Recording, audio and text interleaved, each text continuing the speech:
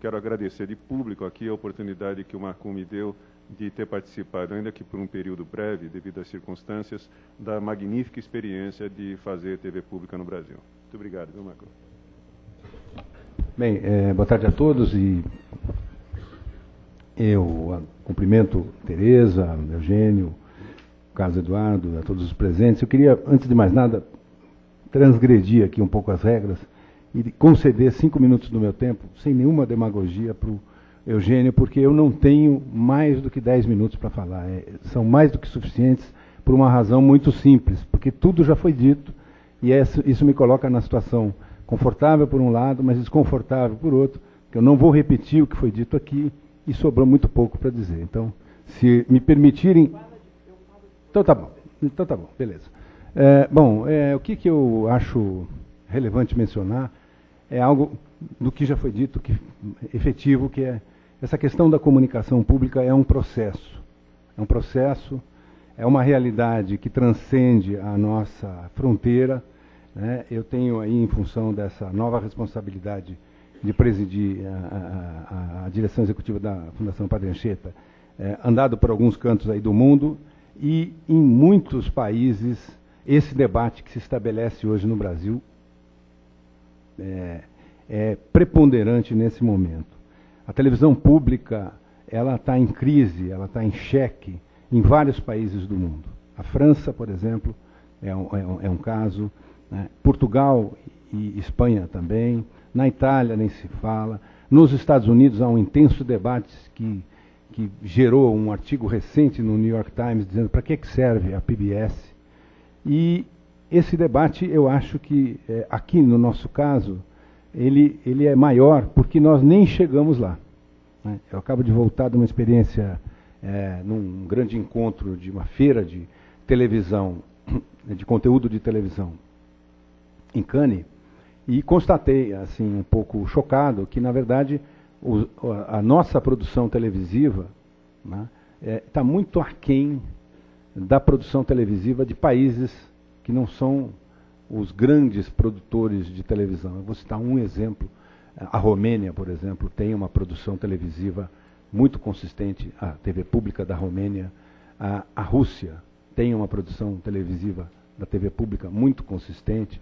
Isso para não falar dos tradicionais da Áustria, da Inglaterra, da França, dos Estados Unidos, com esse modelo mais diversificado, e do Canadá, né, cujo orçamento da TV pública, da CBC, é de 3,2 bilhões de dólares por ano, para fazer conteúdo audiovisual canadense para os canadenses. Esse é o objetivo da CBC. O processo aqui que nós vivemos, que realmente, como o Eugênio mencionou, vem avançando. Eu me lembro, em 1975, eu deixei aqui a Folha de São Paulo, onde era repórter, para ir trabalhar com o Vladimir Herzog na TV Cultura, ser chefe de reportagem. Eu tinha 23 anos, a experiência durou um mês e terminou com o assassinato do Vladimir Herzog, com a prisão de outras pessoas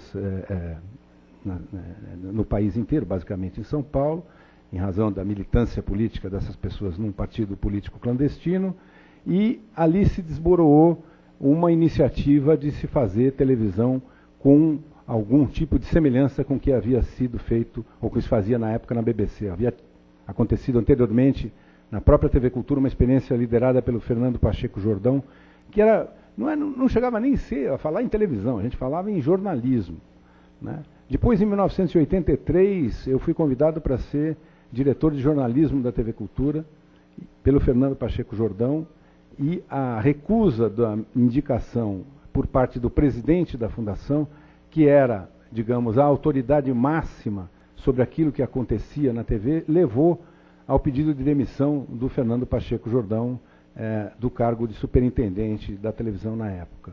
Em 1998, eu voltei para a Cultura a convite do Jorge da Cunha Lima e do Marco Antônio Coelho, para ser apresentador do Roda Viva, e nesses 10 anos, abandonei o Roda Viva tempos depois de me tornar diretor-presidente, tive essa enorme experiência de realmente comandar um programa que tem independência, autonomia e objetivo, digamos, muito compatível com aquilo que deve ser, na minha visão, uma televisão pública, ou pelo menos a atividade jornalística dentro de uma televisão pública.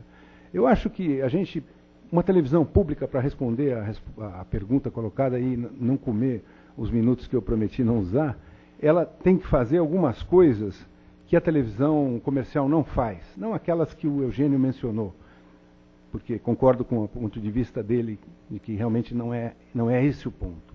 No Brasil nós temos uma televisão de boa qualidade, uma televisão comercial de boa qualidade, muito melhor do que em outros países, e uma televisão que o público acha que é grátis. E esse é um complicador para nós, que estamos no campo da televisão pública. Eu já trabalhei em várias emissoras comerciais, com muita alegria, inclusive, me orgulho do que fiz lá e não tenho nenhum pejo de dizer que poderia voltar a trabalhar numa TV comercial no futuro, se ainda me aguentarem. A televisão boa e grátis, ela é grátis, mas não é, porque quem paga a conta é o cidadão. É a sociedade quem paga a conta ao pagar o preço da publicidade veiculada na TV comercial nos produtos em que ele adquire, e que adquire porque eles são anunciados na TV. Então esse bolo fantástico de dinheiro que a televisão mobiliza, ele, na verdade, ele é financiado pela sociedade. E eu acho que esse é o ponto-chave. Então, eu vou chegar nisso no final, mas eu queria dizer o seguinte, a gente precisa de televisão pública para fazer um modelo de produção diferente, que não seja um modelo de produção vertical, e cópia dos modelos de Hollywood no início, né, e que veio, no nosso caso, do rádio, que faz com que as grandes emissoras comerciais produzam tudo de cabo a rabo. A gente precisa de uma televisão pública para assegurar espaço de inovação. Um exame na história da TV Cultura e de outras emissoras desse campo público verificará que muitos dos nomes consagrados hoje na televisão comercial e no audiovisual brasileiro nasceram na TV pública, e particularmente na TV Cultura, que tem 38 anos de vida. A gente precisa de televisão pública para ter espaço para diversidade da sociedade, para ter aquilo que o Vlado, em 75, mencionava como ser um canal de mão dupla entre o poder e a sociedade. E nós estamos falando, né, isso é do raciocínio do tempo da ditadura. Né? Mas hoje você tem múltiplos atores que participam da sociedade e oferecer a oportunidade de expressão para esses atores é muito mais fácil acontecer numa televisão pública do que numa televisão comercial.